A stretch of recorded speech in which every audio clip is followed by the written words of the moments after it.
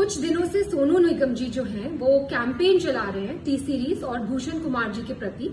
तो इस सिलसिले में मैं ये बोलना चाहती हूँ कि टी सीरीज ने आज तक हजारों कलाकारों को ब्रेक दिया है जो कि आउटसाइडर्स हैं, जो इंडस्ट्री से नहीं जुड़े हुए। उसमें म्यूजिक डायरेक्टर्स हैं, सिंगर्स हैं, लिरिसिस्ट हैं, एक्टर्स हैं, डायरेक्टर्स हैं। मैंने खुद अपनी डायरेक्टेड फिल्म यारियां में 10 न्यू कमर्स को चांस दिया। उसमें से 4 लोग, नेहा कक्कड़, रकुलप्रीत सिंह, हिमांश कोहली और कंपोजर आर को आज बड़े हो चुके हैं। और सोनू निगम जी से मैं ये पूछना चाहूंगी कि वो बोल रहे हैं कि इंडस्ट्री में टैलेंट को सही दिशा नहीं मिलती। तो सोनू जी, आप तो लेजेंड है, आप तो बहुत बड़े कलाकार है। आपने आज तक कितने लोगों को चांस दिया है? आप तो बहुत बड़े लेजेंड है, आप तो कहीं से भी लोग, आपके पास तो कितने लोग आते होंगे कि सोनू जी हमारी मदद कर दीजिए, मेरे बेटे की मदद कर दीजिए, मेरी बच्ची की मदद कर दीजिए, हमें मिलवा दीजिए टी सीरीज में, हमें चांस दिलवा दीजिए। आप तो आज तक टी सीरीज में नहीं आए कि इसको चांस दे दो, इसको मैं, ये बहुत बड़ा टैलेंट है, इसको आप चांस दीजिए। आपने तो कभी किसी को चांस दिलवाने की बात नहीं की। आपने ना ही कोई टैलेंट आज तक इंडस्ट्री में इंट्रोड्यूस किया। तो एक बात मैं आपको बता दूं सोनू निगम जी कि सोशल मीडिया पे कैमरे के पीछे छुप के बोलना बहुत आसान है, पर आपने खुद ग्राउंड लेवल पे कितने टैलेंट को आगे बढ़ाया? किसी को भी नहीं। अपने सिवा, अपने आप को छोड़ के आपने किसी भी टैलेंट को इंडस्ट्री में चांस नहीं दिया। और आज आप हम पर ब्लेम कर रहे हैं कि हम लोगों को चांस नहीं देते, जबकि 97% लोग जो कि टी सीरीज में काम कर रहे हैं आज की डेट में, आप देख लीजिए, वो आउटसाइडर्स है, वो इंडस्ट्री किड्स नहीं है, उनका इंडस्ट्री से कोई भी लेना देना नहीं है। फिर भी हम उनको नए टैलेंट को ढूंढ रहे हैं और उनको चांस दे रहे हैं।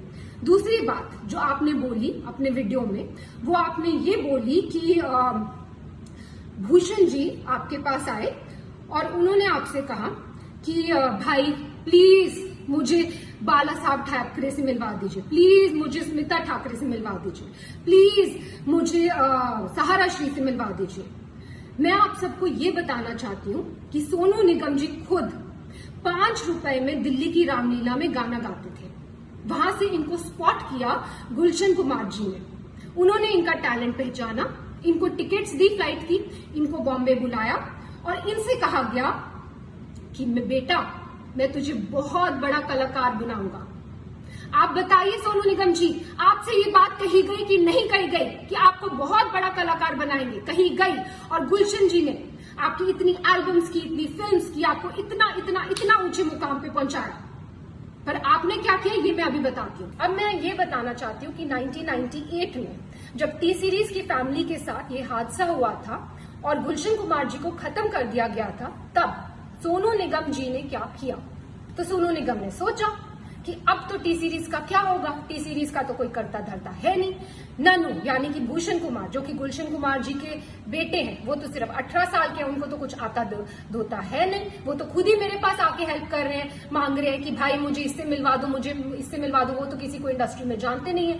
तो ये कंपनी तो खत्म होने वाली है, तो भाई मैं पहले अपने आप को सेफ गार्ड कर लूं। तो इन्होंने जाकर एक दूसरी म्यूजिक कंपनी के साथ, इनकी मतलब कोई भी वो नहीं थी, कोई भी इनको थैंकफुलनेस नहीं थी कि टी सीरीज ने मुझे इतना आगे बढ़ाया। आज टी सीरीज फैमिली में इतनी बड़ी प्रॉब्लम आई है तो मैं इनके साथ खड़ा रहूं, मैं भूषण की हेल्प करूं और उसको मिलवाऊं लोगों से। रादर ये तो खुद दूसरी कंपनी के साथ जाकर इन्होंने एल्बम कर ली और भूषण इनके पास आकर मदद मांग रहे हैं कि भाई मुझे ये कर दे, वो कर दे। और इस मदद का एहसान ये आज जता रहे हैं, वीडियो बनाकर जता रहे हैं कि तूने मुझसे ये मदद मांगी। एनीवेज, तो भूषण जी ने इनसे मदद मांगी कि भाई प्लीज मेरे लिए दीवाना एल्बम कर दो, क्योंकि ये तो भाई पूरी तरह से एहसान फरामोश होकर दूसरी कंपनी में चले गए थे।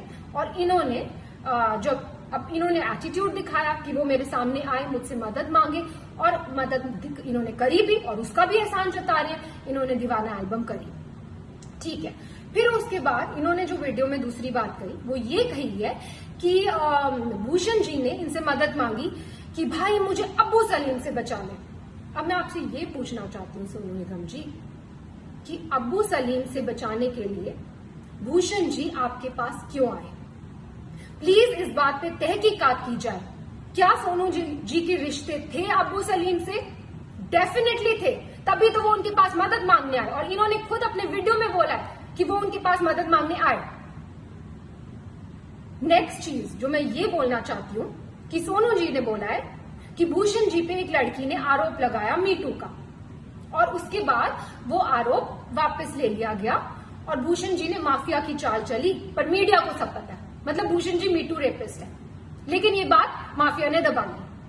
अब मैं आपको ये बताना चाहती हूँ सोनू जी कि मीटू एक बहुत ही अच्छी मूवमेंट थी जो स्टार्ट की गई इसलिए ताकि सोसाइटी में जो ऐसे लोग हैं, जो बुरे लोग हैं, उनका सफाया हो सके। पर इस मूवमेंट का बहुत सारे ऐसे लोगों ने फायदा उठाया, पैसे ऐंठने के लिए, ब्लैकमेल करने के लिए, किसी को किसी से वेंजेंस है तो किसी लड़की के कंधे पे बंदूक रख के चलाने के लिए, और ऐसे ही हमें बहुत सारी ब्लैकमेलिंग कॉल्स आई मीटू के टाइम पर।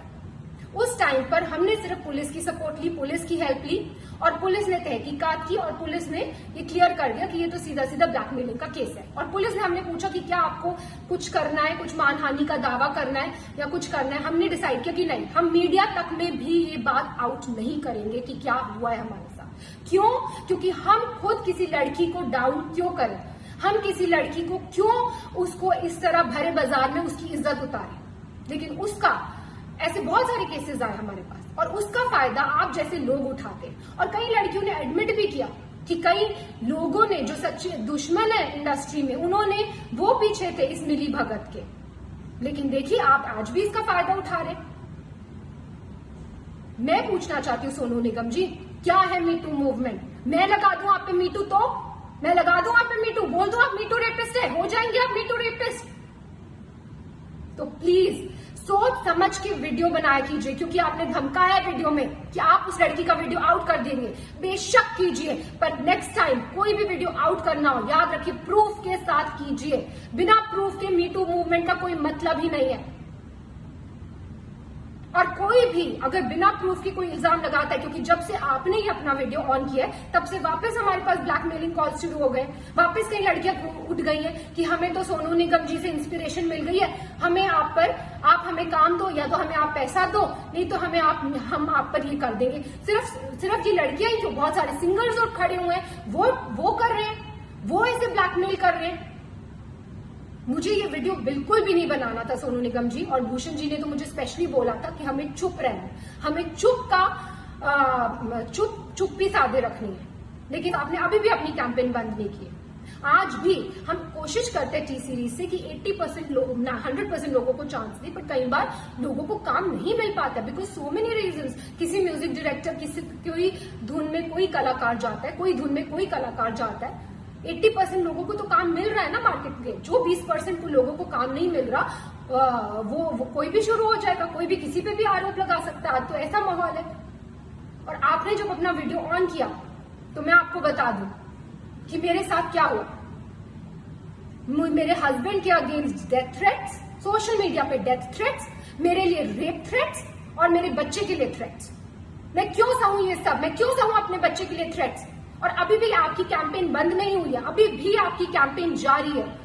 आप इतने सारे सिंगर्स को अभी भी इकट्ठा कर रहे हैं और उनको एक गठबंधन बना रहे हैं और उनको बहका कर जिनको काम नहीं मिल रहा फॉर वट एवर रीजन, उनको काम इस बात में लगा रहे हैं, इस पब्लिसिटी लेने के ये मुद्दे में लगा रहे हैं कि उनके आपके साथ मिल जाए और टी सीरीज को हम कैसे खत्म कर दें, भूषण कुमार को हम कैसे खत्म कर दें। एक बात मैं आपसे कहना चाहूंगी सोनू निगम जी, आप किस टाइप की हैं ये तो आपकी बीवी ने क्लियर कर दिया था। उन्होंने खुद आप पे, आपको याद है, आपकी बीवी ने खुद आप पे इल्जाम लगाए हैं। प्लीज याद कीजिए उन इल्जामों को। आपने पब्लिकली जो आपकी बीवी ने आप पे इल्जाम लगाए थे और फिर आप दूसरों पे इल्जाम लगाइए।